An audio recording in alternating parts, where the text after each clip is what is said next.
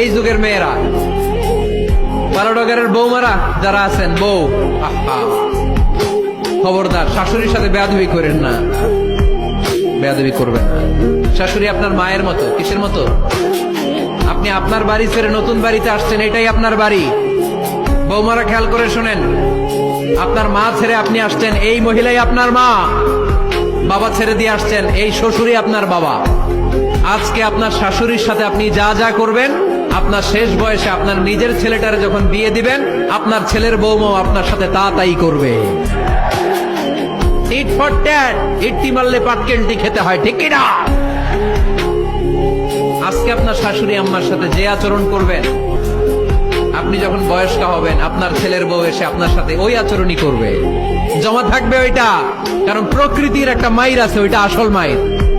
The nature has its own return. প্রকৃতির খেলা বড় খেলা। একদিন আপনার বউমা এটা আপনারে ফেরত দিবে, সুদে আসলে, ঠিক কিনা? এজন্য খবরদার, খবরদার। শাশুড়ির দোয়া নেন, পাশে আম্মা নাই, এটা আপনার আম্মা। বৌমারা, কি করে আপনারা শাশুড়িদের মন জয় করবেন, আমি খুব সহজে আপনাদেরকে শিখাই দিচ্ছি। আপনারা খেয়াল করে শুনেন। শাশুড়িরা আসলে বেশি কিছু চায় না। আগের কালের নারী তো একটু আনুগত্য চায়, একটু আম্মা আম্মা শুনতে চায়। কি শুনতে চায়? আম্মা আম্মা। অল্প কয়েকটা কাজ করার মধ্য দিয়ে আপনি আপনার শাশুড়ির মন জয় করতে পারেন। কি করবেন? শাশুড়ির মাথার চুল আঁচড়ে দিবেন। কি করবেন? আহার, এগুলো এখন নাই। ওই চুল আশ্রয় দিমু, তোমার বউরে বলো চুল আশ্রয় দিতে। তো বৌমারা, আপনারা শাশুড়ি আম্মার মাথার চুল আঁচড়ে দিবেন, মাথার চুলে তেল দিয়ে দিবেন, দেখবেন খুশি হয়ে যাবে। খুশি হয়ে যাবে। প্রেশারটা মেপে দিবেন, একটু ডায়াবেটিক্সের ওষুধ খেলো কিনা একটু খোঁজ নিবেন, সকালে হাঁটতে বেরোলো কিনা একটু খোঁজ নিবেন, ওনার কাপড়গুলো একটু আয়রন করে দিবেন। কি খেতে পছন্দ করে মাঝে মধ্যে একটু রান্না করবেন। বাইরে গেলেই আম্মাকে জিজ্ঞেস করুন, আম্মা আপনার কিছু লাগবে কিনা, এগুলো খুব পছন্দ করে। আর বয়স্ক নারীরা, ওনারা ওয়াজ মাহফিল বা ইউটিউবে বক্তাদের আলোচনা শুনতে খুব পছন্দ করে, ঠিক কিনা? আপনার শাশুড়ি যেই বক্তার আলোচনা ভালো, যে বক্তাদের আলোচনা শুনতে পছন্দ করে, ডাউনলোড করে দিয়ে এই ওয়াজ শোনায় ব্যস্ত রাইখা দেন, আপনি আপনার মতো সময় কাটান, ঠিক কিনা? সহজ সহজ। আরেকটা